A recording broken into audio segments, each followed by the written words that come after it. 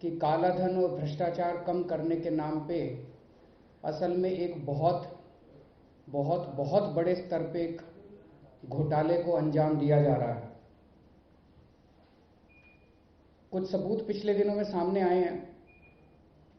मैं कोई नई चीज़ आपके सामने नहीं रख रहा, आप ही चैनल वालों ने कुछ चैनल वालों ने कुछ सोशल मीडिया पे चीज़ें सामने आई हैं जो ये साबित कर देती हैं कि 8 नवंबर को जब प्रधानमंत्री जी ने ऐलान किया था कि 500 और 1000 रुपए के नोट बंद किए जा रहे हैं, उसके पहले इन्होंने अपने सारे दोस्तों को, जिनके पास असल में इस देश का सारा काला धन है, उनको और भाजपा के लोगों को पहले से सतर्क कर दिया था और उन लोगों ने अपना अपना माल ठिकाने लगा दिया था। सीएनबीसी के ऊपर एक कल खबर आई है जिसको हम यहां दिखाना चाहते हैं। वो ये दिखाती है कि पिछले एक क्वार्टर में, पिछले 3 महीनों में जितने बड़े स्तर के ऊपर हजारों हजारों करोड़ रुपया बैंकों के अंदर जमा किया गया, उससे बहुत बड़ा शक पैदा होता है। कई बैंकों में डिपॉजिट्स उसके पहले वाले क्वार्टर्स में, उसके पहले वाले महीनों में नेगेटिव जा रहे थे या उनमें कोई ग्रोथ नहीं हो रही थी, लेकिन अचानक जुलाई से सितंबर वाले क्वार्टर के अंदर इतनी भारी मात्रा में डिपॉजिट्स इन बैंकों के अंदर होने लगे। ये किसका पैसा था? अचानक इन बैंकों में इतने बड़े स्तर के ऊपर डिपॉजिट्स किसने किए? कई महीनों से डिपॉजिट्स नीचे जा रहे थे और अचानक जुलाई से सितंबर वाले, वही लेटेस्ट डेटा अवेलेबल है, अक्टूबर नवंबर का डेटा अवेलेबल नहीं है। अचानक जुलाई से सितंबर वाले महीनों में, 3 महीनों में डिपॉजिट्स एकदम से जंप किए हैं और 1%, 2% डिपॉजिट का मतलब कई हजार करोड़ रुपए है। जैसे स्टेट बैंक का ही 14-15 लाख करोड़ रुपए का टोटल डिपॉजिट्स होता है, तो 1-2% का आप अंदाजा लगा सकते हो कि कितने मैसिव स्तर के ऊपर जुलाई से सितंबर के क्वार्टर में पैसा जमा किया गया। ये पैसा किसका पैसा था? एक मन में ये डाउट हो सकता है कि जुलाई से सितंबर वाला वही क्वार्टर था जिसमें इनकम डिक्लेरेशन स्कीम आई थी। इसको आप कंफ्यूज मत कीजिएगा। कुछ लोगों से जब मैंने सुबह बात की, उन्होंने कहा जी वो पैसा जमा हुआ था, इस वजह से स्पाइक आया है। वो पैसा डिपॉजिट्स में नहीं आता, वो पैसा सीधे गवर्नमेंट ट्रेजरी में जाता है। तो जो ये पैसा आया, ये केवल और केवल डिपॉजिट्स था, इंडिविजुअल्स का, प्राइवेट इंडिविजुअल्स का डिपॉजिट था। It was not a part of IDs. ये पैसा किसका पैसा था? सरकार ने अपने लोगों को, अपने दोस्तों को, भाजपा वालों को पहले से बता दिया था। ये साबित करता है। दूसरा, संजीव कंबोज जो भारतीय जनता पार्टी के पंजाब यूनिट के लीगल अफेयर सेल के अध्यक्ष हैं,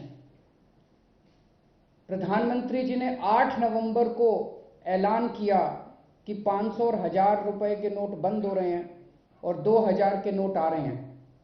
10 नवंबर को पहली बार 2000 रुपए के नोट मार्केट में आए, लेकिन 6 नवंबर को संजीव कंजोग नोटों की 2-2 हजार के नोटों की गड्डी लेके ट्विटर के ऊपर, सोशल मीडिया के ऊपर वो डालता है। 6 नवंबर को प्रधानमंत्री जी के ऐलान के 2 दिन पहले उसके पास 2-2 हजार रुपए की गड्डियां कैसे पहुंची? इसके मतलब सीधा है कि जो इनके अपने दोस्त थे, जो भारतीय जनता पार्टी के लोग थे, उनका सारा पैसा ठिकाने लगा दिया गया और इस देश के लोगों को अब तंग किया जा रहा है। अब दूसरी चीज आती है, ये जितनी कवायद अभी चल रही है, इससे एक भी पैसा काला धन का सिस्टम के अंदर नहीं आने वाला। इसको समझने की जरूरत है। अभी चल क्या रहा है? इस पूरी की पूरी कवायद से जितना काला धन है उसका केवल रीडिस्ट्रीब्यूशन होगा। It will change hands. System के अंदर एक भी पैसा नहीं आने वाला। मान लीजिए आपके पास 10 करोड़ रुपया काला धन है। सरकार कह रही है अगर आपने 10 करोड़ रुपया बैंक में जमा कराया तो उस पर टैक्स लगेगा और 200% पेनल्टी लगेगी। 30% टैक्स लगेगा 200% पेनल्टी का मतलब 60% पेनल्टी, मतलब टोटल 90% हो गया। तो अगर 10 करोड़ रुपए का काला धन अगर आप बैंक में जमा कराओगे तो आपको 1 करोड़ रुपया बैलेंस बचेगा, बाकी 9 करोड़ रुपया सरकार ले लेगी। मुझे नहीं लगता इस देश के अंदर कोई भी काला धन रखने वाला इस सौदे से मंजूर होने वाला है। तो अब लोग क्या कर रहे हैं, डॉलर ब्लैक में मिल रहा है दिल्ली के अंदर 120 रुपए में, लोग डॉलर खरीद रहे हैं। जिसके पास काला धन है वो डॉलर खरीद रहा है। एक नंबर में 30,000 रुपए तोला सोना बिक रहा है, लेकिन अगर आप कैश में लेने जाओ तो आज 60,000 रुपए तोला बिक रहा है। तो लोग सोना खरीद रहे हैं। 2 नंबर के अंदर प्रॉपर्टी के दाम मार्केट के अंदर ऑलरेडी डबल हो चुके हैं। तो पहली चीज, जिसके पास काला धन है और उसकी कहीं सेटिंग नहीं है, वो आज मार्केट में चला जाए, वो डॉलर खरीद रहा है, वो सोना खरीद रहा है, वो प्रॉपर्टी खरीद रहा है। 50 इस तरह से 50% उसका, मतलब आज अगर 68 रुपए डॉलर है और वो 120 रुपए में बिक रहा है, तो एक तरह से 50% उसका काला धन वाइप आउट हो गया। 50% इसके पास बचा और बाकी उनके पास चला गया। अब जो डॉलर वाला है, जो प्रॉपर्टी वाला है, जो सोने वाला है, उसके पास ये सारी 500-500 और 1000-1000 के नोट आ गए। ये लोग अब 2-2 हजार रुपए के नोट से इनको एक्सचेंज करवाना है, उसके दलाल घूम रहे हैं मार्केट के अंदर। जो शुरू हुआ था 20% से और आज 40%, 50% के अंदर मार्केट के अंदर आप जितना मर्जी करेंसी आप एक्सचेंज करवाना चाहो, उन दलालों से आप करेंसी एक्सचेंज करवा सकते हो। तो आज अगर मेरे पास 10 करोड़ रुपए का काला धन था, मेरे पास वो 5 करोड़ ही बचेगा, किसी और के पास, डॉलर वाले के पास 5 करोड़ चला जाएगा और फिर डॉलर वाला 2.5 करोड़ रुपए उसको देगा, 2.5 करोड़ इसके पास बचेगा। तो ये पूरे बहुत बड़े स्तर के ऊपर काला बाजारी देश के अंदर शुरू हो गई है। काला धन बंद करने के नाम पे बहुत बड़े बड़े दलाल इस टाइम मार्केट के अंदर घूम रहे हैं, जो काला धन को वाइट करने के, काला धन को बदलने के, आपके 500 और 1000 रुपए 2000 रुपए में कन्वर्ट करने के लिए बहुत बड़ा स्कैम पूरे देश के अंदर चल रहा है। टीवी के ऊपर आके धमकी दी जा रही है, 2.5 लाख रुपए के ऊपर अगर आपने जमा कराया तो आपको छोड़ेंगे नहीं, 200% पेनल्टी लगाएंगे।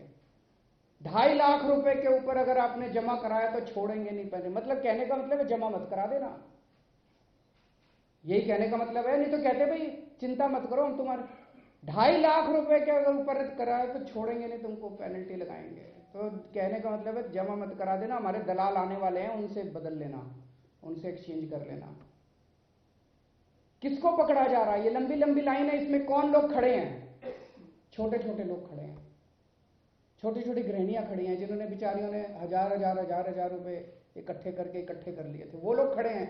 उन्होंने टैक्स की कोई चोरी नहीं कर रखी, वो लोग खड़े हैं। रिक्शे वाला खड़ा है, गृहणियां खड़ी हैं, चांदनी चौक के बेचारे व्यापारी खड़े हैं, मेरे सदर बाजार के व्यापारी खड़े हैं, गांधी मार्केट के व्यापारी खड़े हैं, किराने की दुकान वाला खड़ा है, मजदूर खड़ा है, किसान खड़ा है लाइन के ऊपर।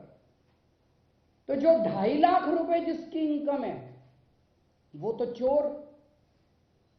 अमित शाह जी ने कल प्रेस कॉन्फ्रेंस करी, उन्होंने ये नहीं कहा 2,500 करोड़ रुपए जिसके पास है छोड़ेंगे नहीं, उन्होंने कहा 2.5 लाख रुपए जिसके पास है उसको नहीं छोड़ेंगे।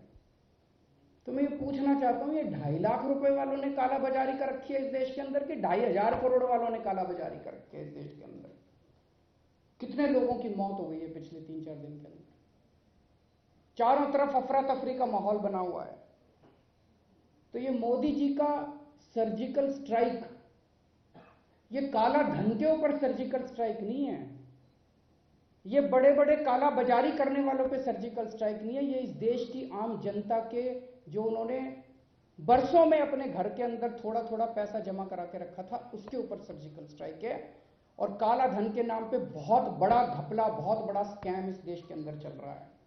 मैं प्रधानमंत्री जी से, अमित शाह जी से और भारतीय जनता पार्टी से 3 प्रश्न पूछना चाहता हूं। पहला ये कि उनकी नजरों में, आपकी नजरों में किसके पास काला धन है इस देश के अंदर, वो बताएं। अंबानी, अडानी, शरद पवार, सुभाष चंद्रा या बादल, इनके पास काला धन है? या रिक्शे वाला, मोची, नाई, किराने वाला, किसान, मजदूर, इनके पास काला धन है। किसके पास काला धन है ये लोग बताए जरा।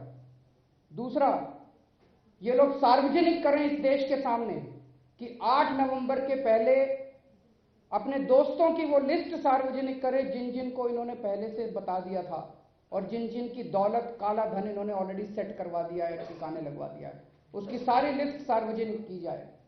और तीसरा, अब ये जो बड़े स्तर के ऊपर षड्यंत्र और कालाबाजारी और कमीशनखोरी चल रही है, 1000 500 के नोट 2 हजार रुपए के नोट में बदलने की जो देश के अंदर बड़े स्तर पे कमीशनखोरी चल रही है, ये सारा पैसा किसके पास जा रहा है? ये सारा पैसा, ये कमीशनखोर कौन है, दलाल कौन है, इनकी लिस्ट ये लोग सार्वजनिक करें।